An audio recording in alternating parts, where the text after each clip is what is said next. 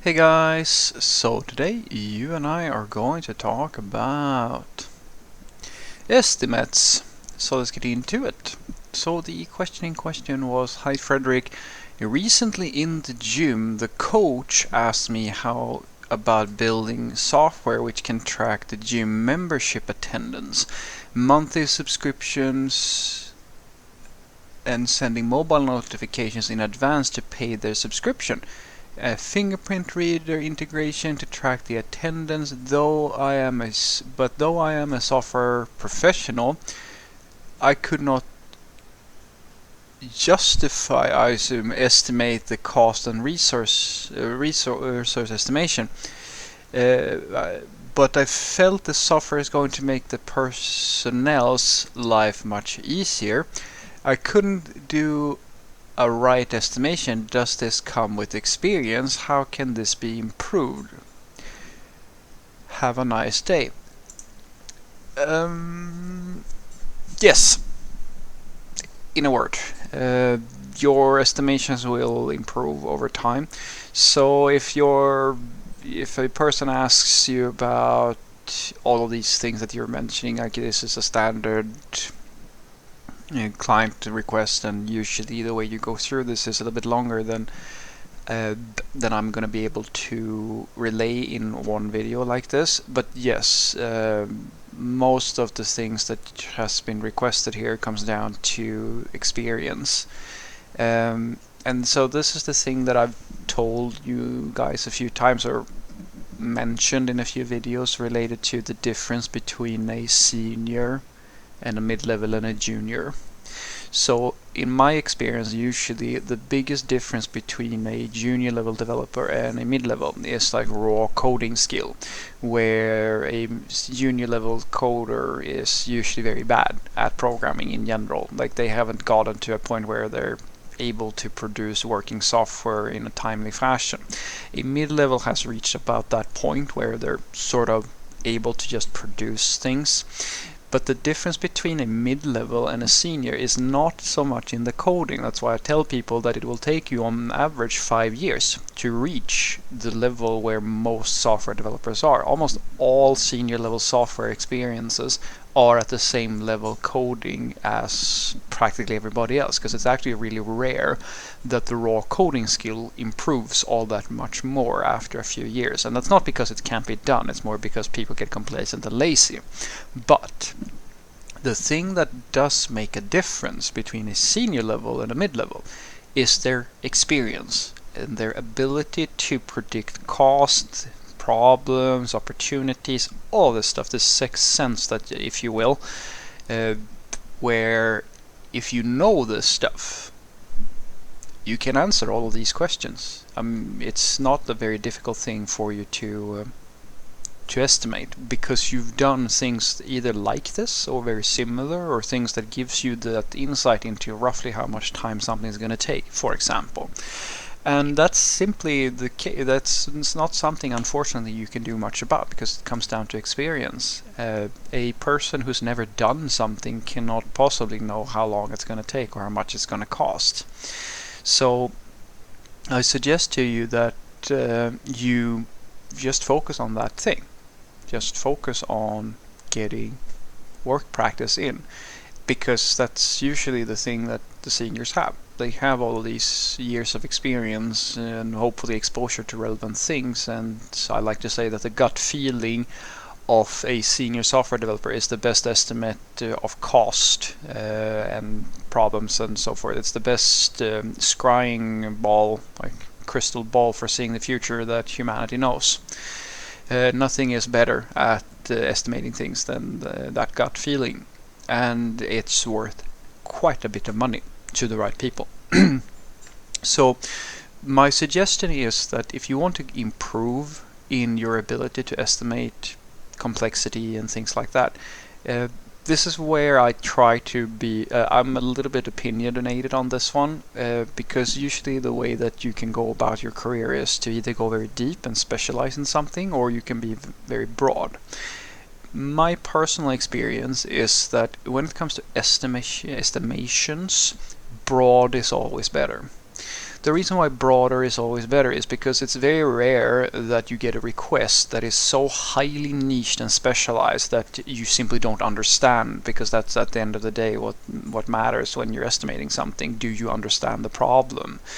And it's very seldom that a very highly specialized person who just go into one specific thing faces off against a challenge that is really that simple, because most problems that you face are more complicated than one single thing, unless you're building something extremely specific. Because most customers and stakeholders and so forth, what we have to understand is that software development is an ecosystem of events and services and technologies and so forth. It's not something that if you're a front-end developer, if you're going to build just the front end, well, that you can probably estimate to a certain degree, but most companies and most people don't want to just know that part. They want to know, okay, when is the system done? And the system is made up of more components than just the front end, just as like with back end and so forth and so forth. And unless you have a coworker who's doing that part, you can't really estimate it. So that's why I tell people that when it comes to estimation and understanding how long something is going to take and how much it's going to cost, it's actually better to be broader, to be a jack of all trades. You don't have to be a master of everything, but the more concepts that you understand, the more you can, in your mind's eye, see all the steps that are necessary to happen in order to deliver the end result.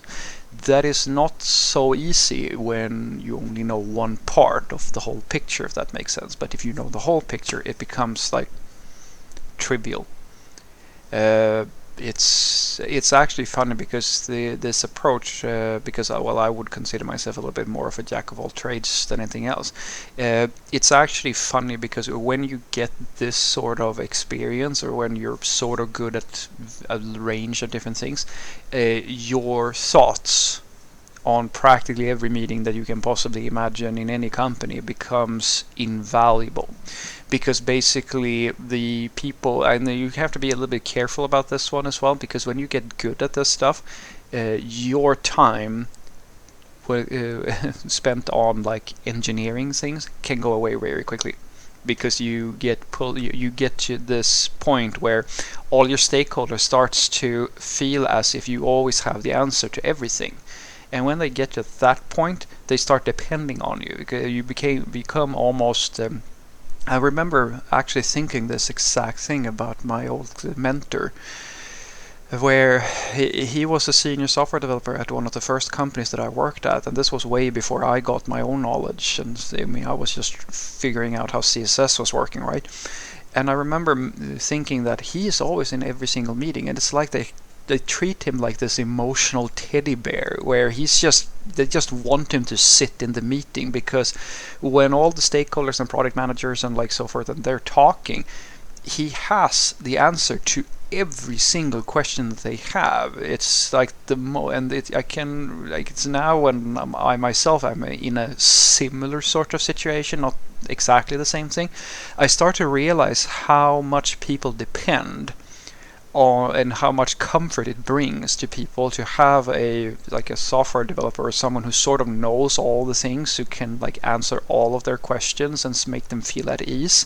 And that's the ability that you get when you understand the whole picture. A specialist is usually very good at one specific thing, but most people feel much more comfortable when they have this sensation of that, oh, this person knows all the things. And it does, as I said, because you understand the big picture and how everything fits together, make it a lot easier to understand the entire project and what is entailed in each piece of the project, rather than just one part of it.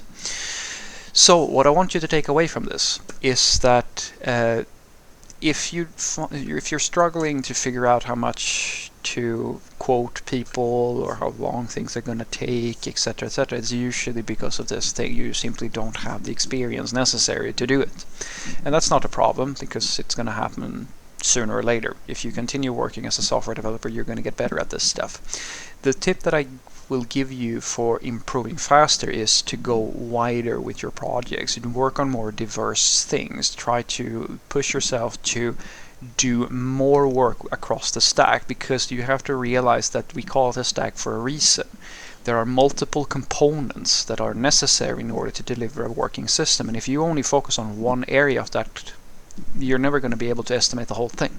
And so when a person such as this gym coach comes and talks to you, remember, they don't have a back-end developer, an ops person, like all of this other stuff. They need someone to just build them an entire system, and that's what a full stack developer is all about, to be able to build the whole thing. And for a lot of people, a full stack developer or someone who is more broad is a lot more valuable than a specialist, because the average software problem is not like a very niched thing like machine learning or high speed trading or stuff like that. It's usually about building the same damn system everybody else has, but with specifics that are applicable to their situation. Have a great day.